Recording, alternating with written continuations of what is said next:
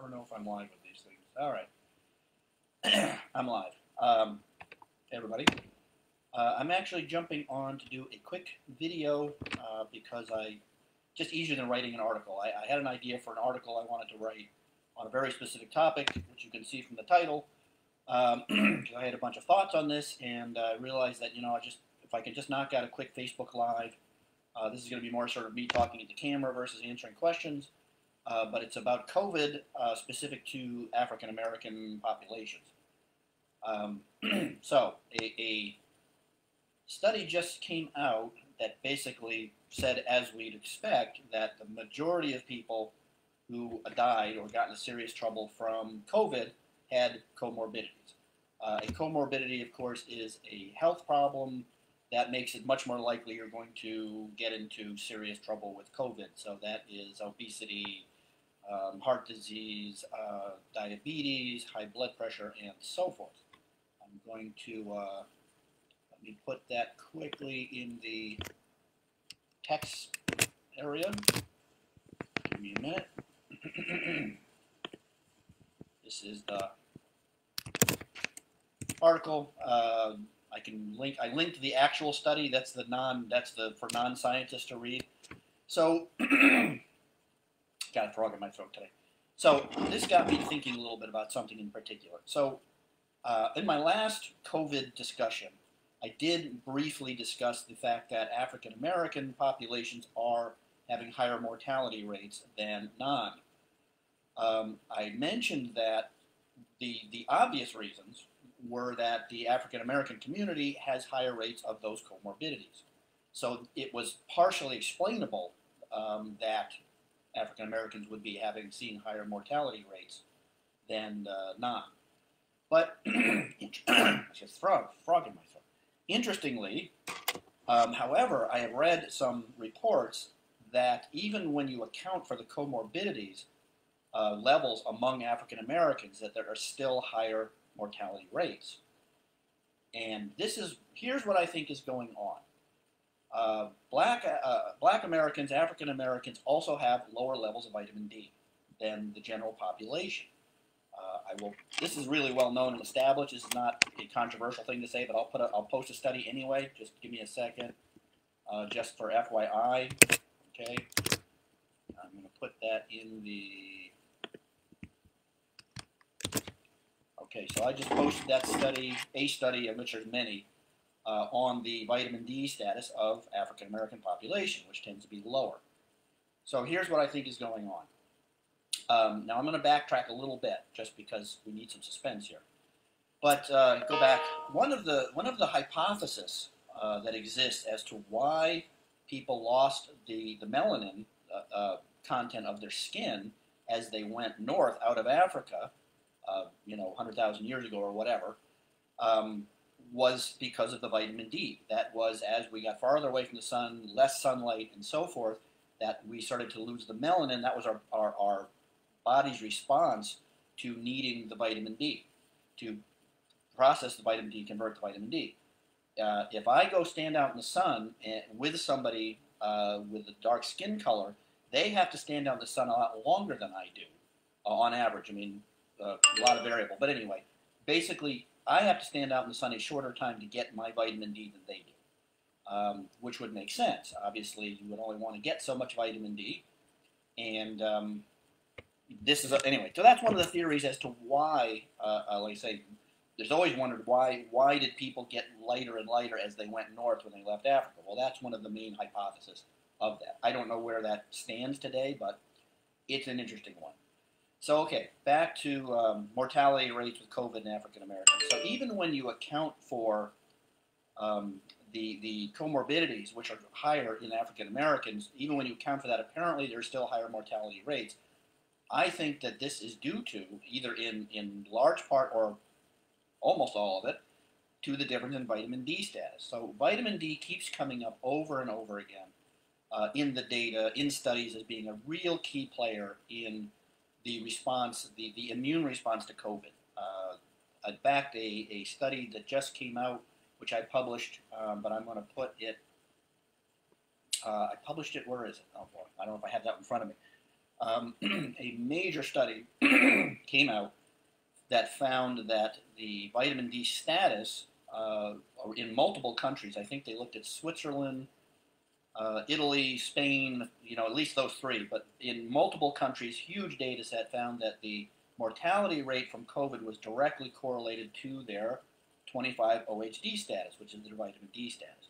Now, correlational studies, epidemiological studies, have severe limitations. You have to remember, you can only go so far as to cause and effect with a study like that. But it's very consistent finding in a spectrum of studies, that the adequate vitamin D or via 25-OHD and downstream metabolites from 25-OHD are essential to basically immune regulation, immune response, inflammation and stuff. And this is really consistent.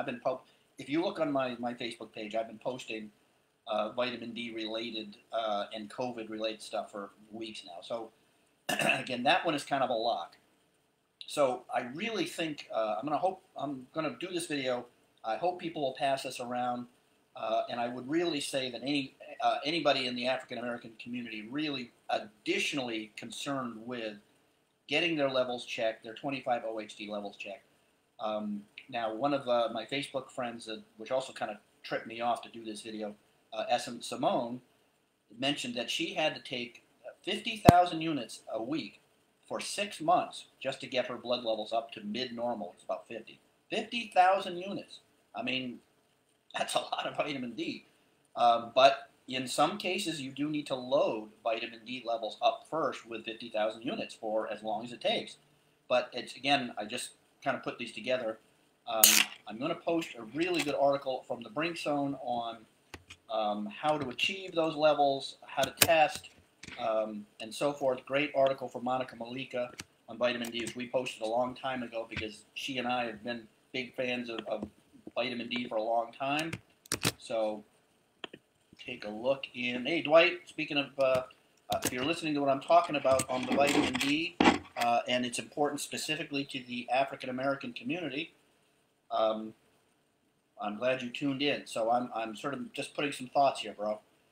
Okay, so I just posted an article in the text box, which is the A to Z, how to take vitamin D, how to get tested, loading phases and all that from Monica Malika, who is definitely one of the smartest people I've known. I'm not going to stay on too long. Let's see if I'm missing any other topics here, because I just wanted to get this out as a quick Facebook video, which I hope will get shared around. Versus writing an article. Normally I would put this down as an article, but I just had a lot of thoughts I wanted to get down, and I think that covers the main important topics. So, like I say, to summarize what I'm saying here, that the higher rates of mortality among African Americans is actually somewhat expected through the fact that they have higher rates of comorbidities, which I outlined.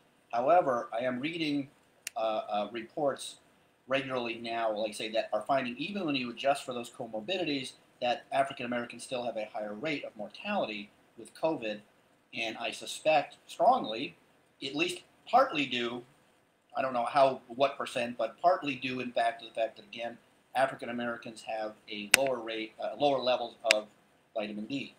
And vitamin D, like I say, keeps popping up in the literature and so forth as absolutely essential for immune regulation and inflammation and so forth. Okay, Eric, the 2 links you posted so far were the answers to the questions I have. I didn't have time to ask. Well done. That's my job, Eric. I'm an answer guy. So what I try to do, Eric, is obviously think of the questions that will come up when I do a talk like this, and have those websites already up so I can grab them and drop them. So I realize as I talk along about okay, people are going to have questions. Okay, well, how much vitamin D? How do I take it? How do I get tested? So I do try to prepare to have those links up, so I'm not searching around and trying to find them. I actually thought I had one up that I don't, because I just put it on my Facebook. If you look at my Facebook page, you will see that I just posted a large study finding that there was, like I say, very strong correlation. The strength of the correlation matters too with such studies between COVID mortality and vitamin D status in multiple countries. Again, always got to make the important point, making a cause and effect conclusion from that type of research is always dangerous. It's always iffy. You got to be careful. You really still have to look at the totality of the data. You have to look at how consistent that finding is, and so on and so forth. But again, I'm pretty confident in saying that I think there's clearly an important relationship to that finding. So, like I say, I've been. Anybody else? I think I've said what I needed to say on this important matter. The paper I put up from the, see if I have the other one in front of me. I guess I don't. The other paper, like I say, that I put up on the fact that the majority, they consistently are finding that the vast majority of people who get into serious trouble with COVID, like 95% or above, have a comorbidity. So these are the people we expect to have a lot of trouble. I don't know why it keeps coming across as sort of a surprise. I don't know. The problem is, here's the problem.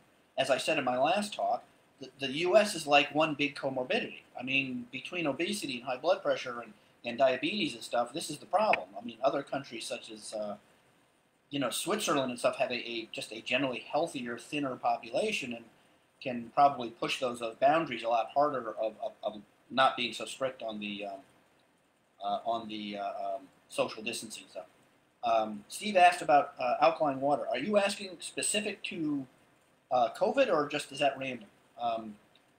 If you search Brimstone, Steve, I actually do have a discussion on alkaline water.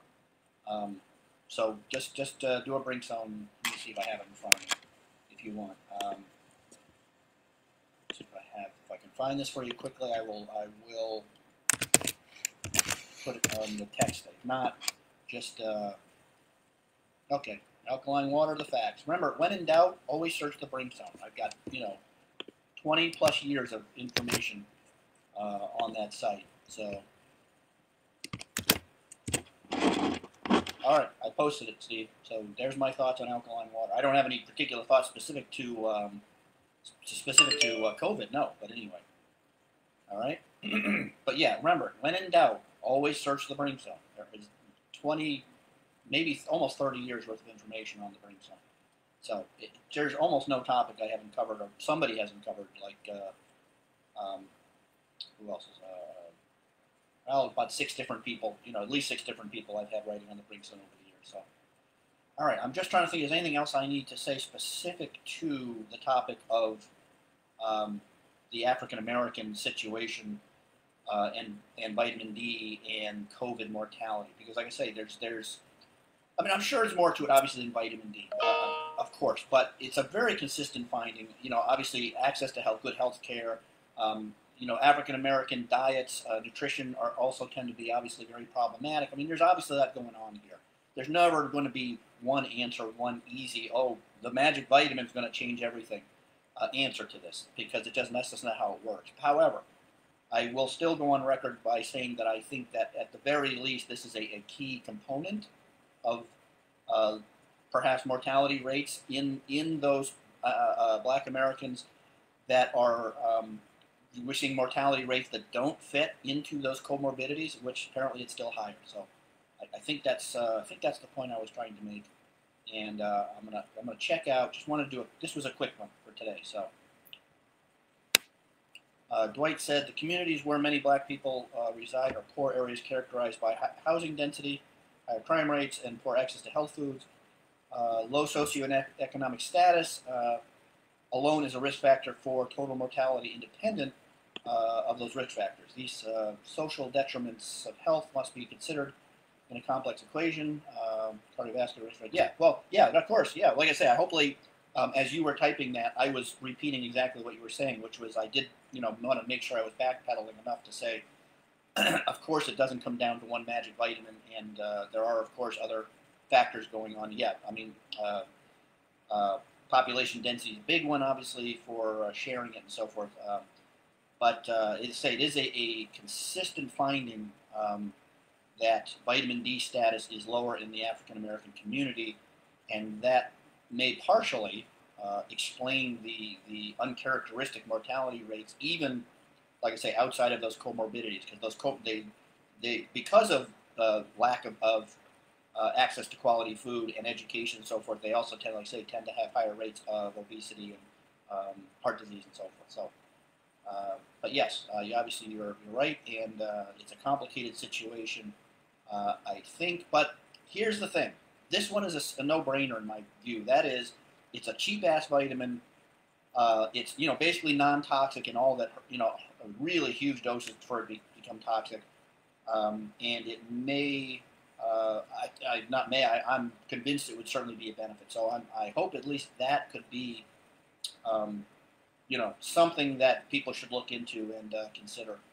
I really honestly, I think that as they do in some other countries where frank deficiencies in vitamins are given out for free, to the underserved populations, and we in the U.S. want to pretend, of course, that we don't have any. Frank, vitamin deficiencies and stuff. That only happens in, India and stuff where you got the kids going blind because they lack vitamin A, and so the government gives out vitamin A.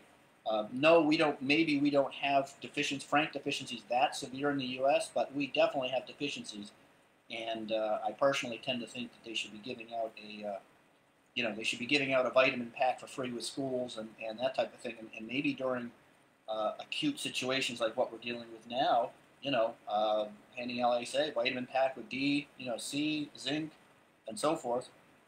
But, again, there's some, amazingly enough, not some, but quite a few medical professionals that would continue to poo-poo that idea, which, madness to me. But, the worst case scenario in something like that is you've wasted a little bit of money. That really is the worst case scenario. There is, really no toxicity to that equation, and bang for the buck. It's pennies on the dollar to do. It's not, it's not expensive, and obviously it's a whole lot less expensive than what it costs them or taxpayers or what have you when they end up in the hospital, needing to be intubated.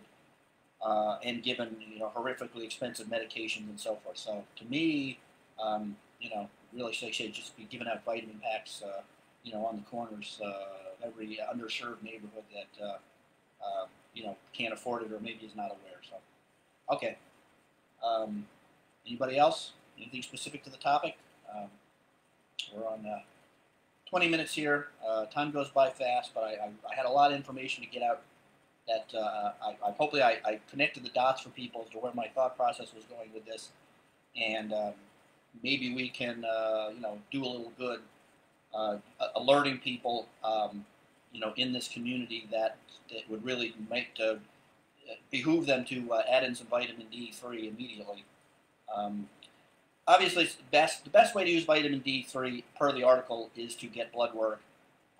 But frankly, in this particular case right now, obviously, right now you don't want to go to the labs. They really are only wanting to deal with COVID. It costs money. And I normally, very rarely do I tell people to use vitamin D without checking their status first, i.e. via blood work. But in this particular case, it's not going to do any harm. And like I say, go to Walgreens or CVS or whatever and start taking some vitamin D3. And normally I would not advise that without blood work. But in this case, I think it is warranted, even if you do it for, the next 2-3 months or 6 months or whatever, and then stop or what, that's up to you. I think it's worth taking continuously. I think the data is pretty strong on that. But take a look at the article I posted on vitamin D by Monica. That's really the A to Z information that you'll get if you have questions on doses and types and all that stuff. All right, guys. I hope that's good. I'm going to sign off because I want to share this one and get it out. Maybe we can make a little progress on a community that may not be aware as they should be about the vitamin D connection. Ciao.